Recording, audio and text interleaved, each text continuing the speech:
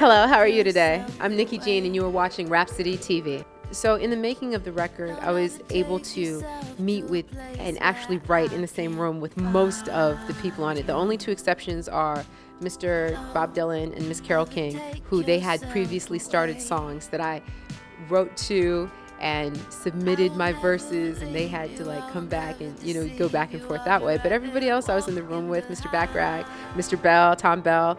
I went up to Bellingham, Washington, and just spent some days up there writing with him, and it was a dream come true.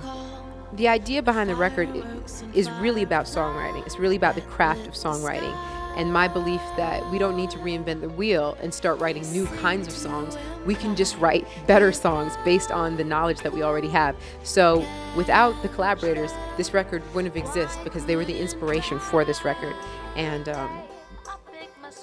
the mentorship involved in making it. So I think this record, more than a lot of others, is as much about the journey as about the destination of having the product when you're done.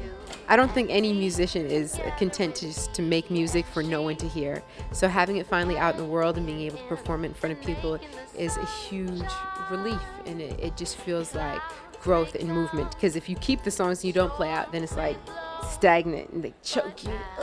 So like, I'm just happy to be out playing songs. As I was like little, we always had change jars all over the place. And then, some people, they're like, oh, the penny is not worth anything. And then for some people, pennies worth a lot. Like when I was little, the penny was, especially if you had a bunch, it was like, oh, good.